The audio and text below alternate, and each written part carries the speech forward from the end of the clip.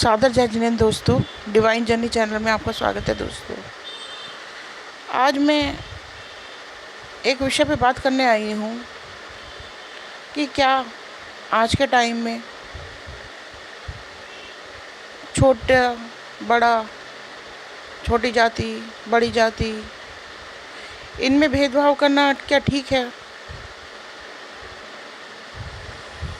क्या आपको लगता है कि आज के समय में कोई छोटा है, कोई बड़ा है?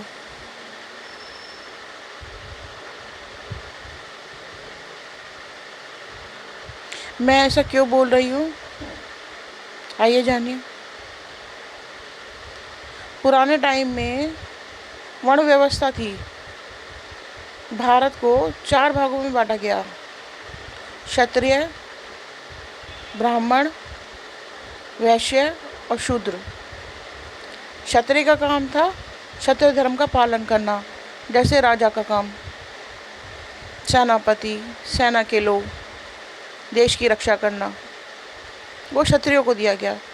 और ये जो वर्ण व्यवस्था थी, उसका उद्देश्य था कि लोगों के जीवन को थोड़ा सरल कर दिया जाए, लोगों को अपने अपने कामों के बारे में पता हो कि हमें क्या काम करना है और उनका जीवन सरल हो जाए। इसलिए ये वर्ण व्यवस्था लागू की गई। ब्राह्मण का काम था पूजा पाठ करना, धर्म संबंधित काम ब्राह्मणों को सौंपा गया। वैश्य का काम था व्यापार को देखना, सारा व्यापारिक काम वैश्य को दिया गया। और शूद्र को दिया गया हाथ से संबंधित काम, हाथ से किया हुआ काम, जैसे कुम्हार है, जैसे जूते चप्पल बनाना और कुम्हार का काम है, या और भी जो हाथ से संबंधित जितने भी काम हैं, उनको शूद्र वर्ण में रखा गया। अब लोगों ने शूद्रों को छोटा समझना शुरू कर दिया।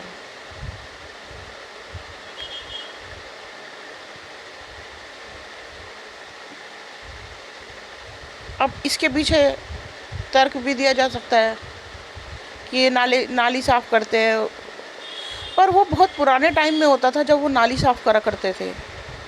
आज के टाइम में कौन शूद्र नाली साफ कर रहा है? कई तो कुम्हारों को, जो कुम्हार होते हैं, बर्तन बनाते हैं, उनसे भी लोग भेदभाव करते हैं। आखिर किस लिए भेदभाव? जिस माटी से हम बने हैं, उसी माटी से वो कुम्हार भी बनाए हैं। उसके रगों में भी वही खून है जो हमारी रगों में दौड़ रहा है, तो वो हमसे अलग किस लिए है?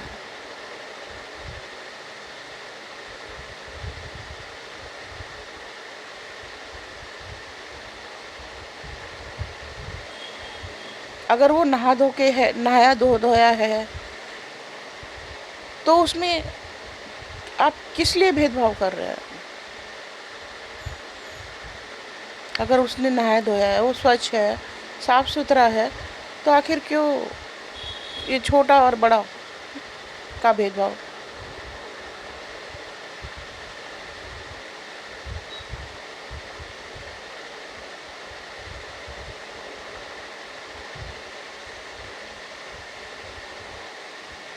और जहाँ तक जितने भी काम करने वाले हैं, क्या इनके बिना हमारा जीवन चल सकता है? हम कल्पना भी नहीं कर सकते। हम छोटे छोटे काम के लिए भी इनके ऊपर निर्भर है। तो ये वर्ण व्यवस्था जीवन को सरल करने के लिए थी, ना कि जीवन को कॉम्प्लिकेटेड करने के लिए।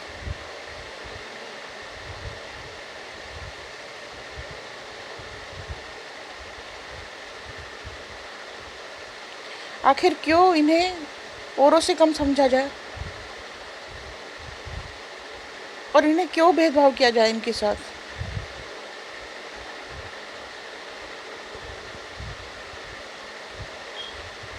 पहले के टाइम में इन्हें मल ढोना पड़ता था, तो फिर भी कुछ समझा जा सकता है। और जो मल ढो रहा है, चलो उसके साथ तो मैं समझ सकती हूँ कि लोग थोड़ा सोचते ही हैं, पर जो और लोग हैं उनके घर वाले उनके साथ किस लिए भेदभाव किया जाता है? उन्हें क्यों छोटा माना जाता है? अगर वो नहाए धोए हैं, स्वच्छ हैं, घर भी स्वच्छ है, बर्तन भी स्वच्छ हैं, तो किस लिए उनके साथ भेदभाव किया जाए?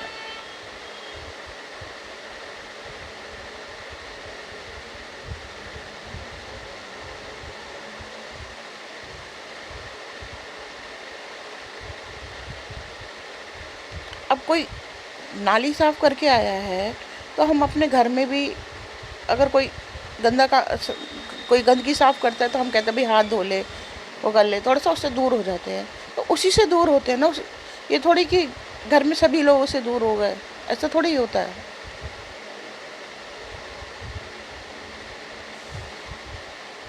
वही तो समाज की इतनी सेवा कर रहे हैं।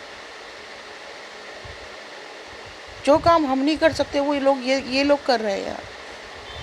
कितना हमारा मददगार हैं ये लोग, जो इस तरह के काम नहीं कर रहे, जिसको थोड़ा हे की दृष्टि से देखा जाए, उन लोगों के साथ भी भेदभाव किया जाता है। आखिर क्यों? एक मिट्टी का घड़ा बनाने वाला आखिर उसका क्या गुनाह है कि उसको छोटा समझाया जाए, कि उसको अपने से अलग समझा जाए? वो तो कुछ गलत काम नहीं कर रहा, वो तो कोई गंदा काम नहीं कर रहा कि जिसको घिन की दृष्टि से देखा जाए या छोटा समझा जाए। तो ये हमारी मानसिकता में है छोटा बड़ा।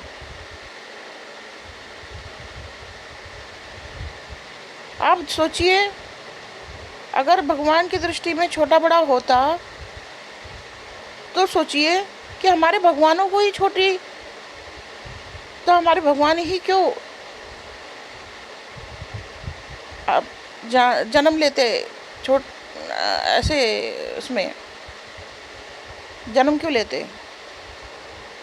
आप जानते हैं नेमिनाथ भगवान जी कृष्ण भगवान के चचेरे भाई हैं। और कृष्ण भगवान जो है यादव कुल से है, यादव कुल। और यादव कुल को आज क्या क्या माना जाता है?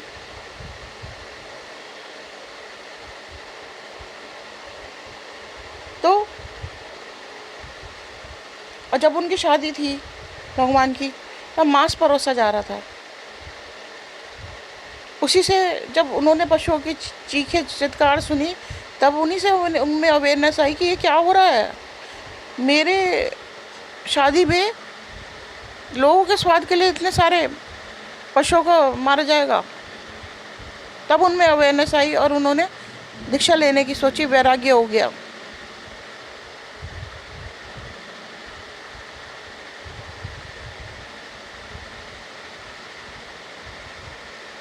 तो अगर जात छोटी बड़ी समझी जाती, तो क्या हमारे भगवानों को पूजा जाता? क्या कृष्ण भगवान को पूजा जाता? क्या नेमिनाथ भगवान जी को पूजा जाता?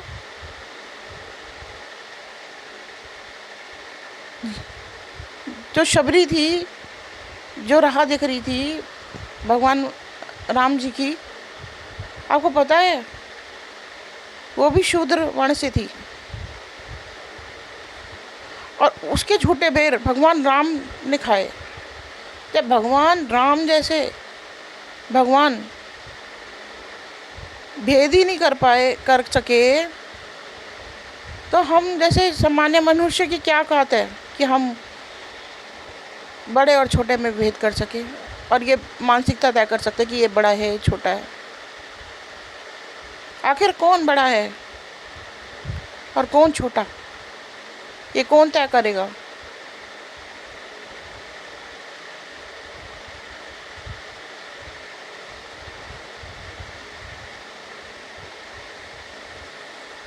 जो आपके जीवन को इतना सरल बना रहा है, दिन रात कड़ी मेहनत कर रहा है, क्या वो छोटा कहलाने लायक है? क्या वो पक्षपात करने लायक है? क्या वो भेदभाव करने लायक है? शहरों में तो फिर भी इतना भेदभाव नहीं होता, लेकिन गांव में तो आज भी बहुत घटनाएं सुनने को मिलती है।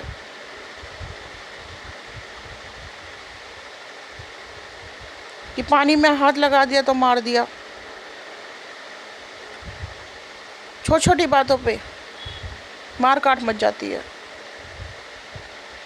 और जबकि अब उनका वो पेशा भी नहीं रहा, तो किस बात से इतना भेदभाव? क्या आपको नहीं लगता ये सब हमारी मानसिकता है और कुछ नहीं? और इस मानसिकता को दूर कर किया जाना बहुत ज़रूरी है।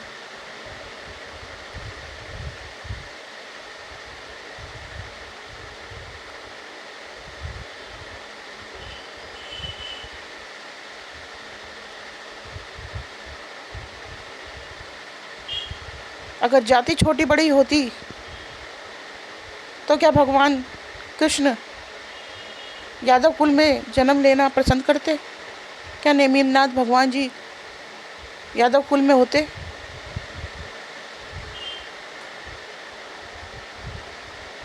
क्या भगवान राम शबरी के झूठे भेड़ खाते? जब वो ही फर्क नहीं कर सके, जब वही भेदभाव नहीं कर सकते, तो हम और तुम जैसे साधारण मानव, ये क्या औकात है कि हम लोग इन लोगों में भेदभाव करें?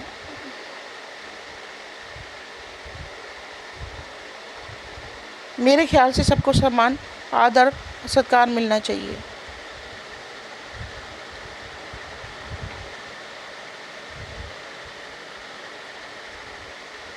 हाँ, हमारा थोड़ा सा ये है कि हम लोग नॉनवेज नहीं खाते हैं, तो हम उनके घर में खाना नहीं खा सकते।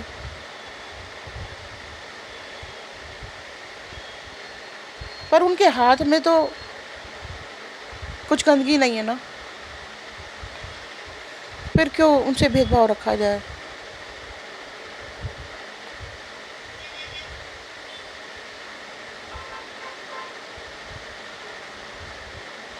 ये थोड़ा सोचने का विषय है।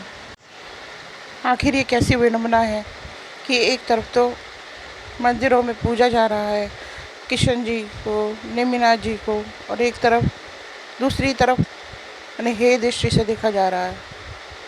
आखिर ये दोहरी मानसिकता कब तक चलती रहेगी? ये सोचने का विषय है।